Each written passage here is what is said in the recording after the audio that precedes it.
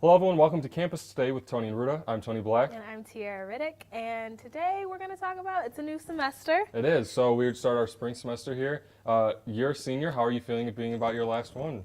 I'm excited and I'm nervous at the same time, if I could be blatantly honest. I'm kind of nervous, but I'm excited at the same time, so. You're ready to get out, but you're not. Exactly. It's been a good 4 years, but you know, all good things must come to an end. So. Yeah, this is my last spring semester here, and it's weird to think I won't be here a year from now. Also exciting because I am ready to start working, but it's weird because you kind of get used to your life here. You're a big boy. Yeah, I got to get a big boy job. You're a big boy job. You're a big girl. Yeah. Okay, so as of late, the government is shut down. Yeah, biggest news in the country as of right now. I think this is day 24, and this is the longest government shutdown in history. It's basically on the border wall funding and Trump wanting money for that and people not abiding by that. And, you know, the beginning of this month, Pence floated a $2.5 billion compromise that President Trump rejected. And they've been talking of declaring a national emergency, but the president has not yet. So the government shutting down, that means we don't have TSA agents. We don't have people controlling, you know, like flight paths and stuff like that. Anybody that is employed by the government, they don't have to show up to their job, they won't get paid, or they can and they still won't get paid. So how do you feel about that? That's just crazy to me. It's the longest one. Yeah, it's obviously no one wants a government shutdown and it's bad. It's definitely hard because I know a lot of families who are government workers, they just got a paycheck, but it was $0, so I don't really know if you consider that getting a paycheck. But I mean, they on the bright side, they will get paid once it reopens. They'll get paid for all that time, so that's good at least. But you know, as of right now, for people who work check to check, they don't have anything to live off of. So it's hard for them, and you know, it's hard because I can see where both sides want. You know, obviously the Republicans would like border security and so on. But is a wall the best option? I think that's, you know, it's hard to kind of see. I see both sides of it, but it's hard to determine what would be best. Yeah, it's very childish. It's just the whole entire thing is very childish. So I hope it lets up soon. So because we can't keep going on like this. Right, because then you go to think of that money that's being raised could go to maybe things that are more important, like Flint. You know, they've had bad water for how many years is it going on now? You know, that could be money that could fix that for them. It's hard. It's, you know, obviously no one wants a government shutdown.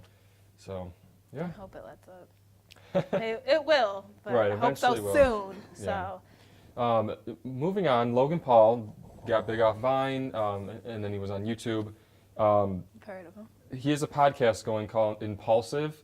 And last week, so he's doing something where every month in 2019 is a different topic, if you want to call it that. And he's getting a ton of backlash on Twitter because he said March was going to be male-only March. So he said, quote, "We're going to attempt to go gay for just 1 month." So obviously that's not how it works, which a company or an organization called GLAAD, G-L-A-A-D, it stands for Gay and Lesbian Alliance Against Defamation, tweeted, "That's not how it works."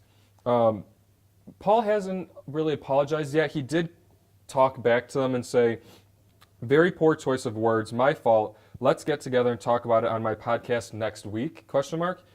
And this is just a year ago. A year ago today, he posted a video on YouTube of him in a Japanese suicide forest laughing, which caused huge backlash. Again, YouTube dropped him as a sponsor.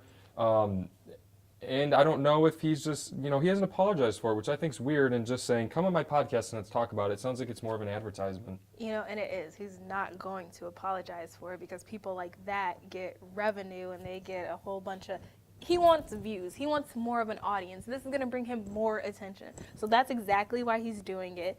It's the reasons he's doing it. It's very childish, it's stupid, and it's not, you know, polite at all because there are people who are actually gay and, you know, it's not a choice for them. So for him to make it seem like it's a choice, oh, this is something fun I'm just going to do for the month of March and stuff like you said, that's not how it works. And it's offensive to people. What does that even mean? Like, and I thought that was just really weird, and like you said, you know, no publicity is bad publicity. So even though it's horrible what he said, he's getting publicity and he's probably feeding off of it. It's what he wants. And what's important is to not, as an audience, and his audience to not feed into it, because it's only just going to bring him Right. more attention, more And- viewers, more subscribers. And his audience is a lot of younger people. It's not people in their 20s per se, Yeah. maybe some of them, but his audience is mostly younger crowd. I mean, he started on Vine, which was kind of that time.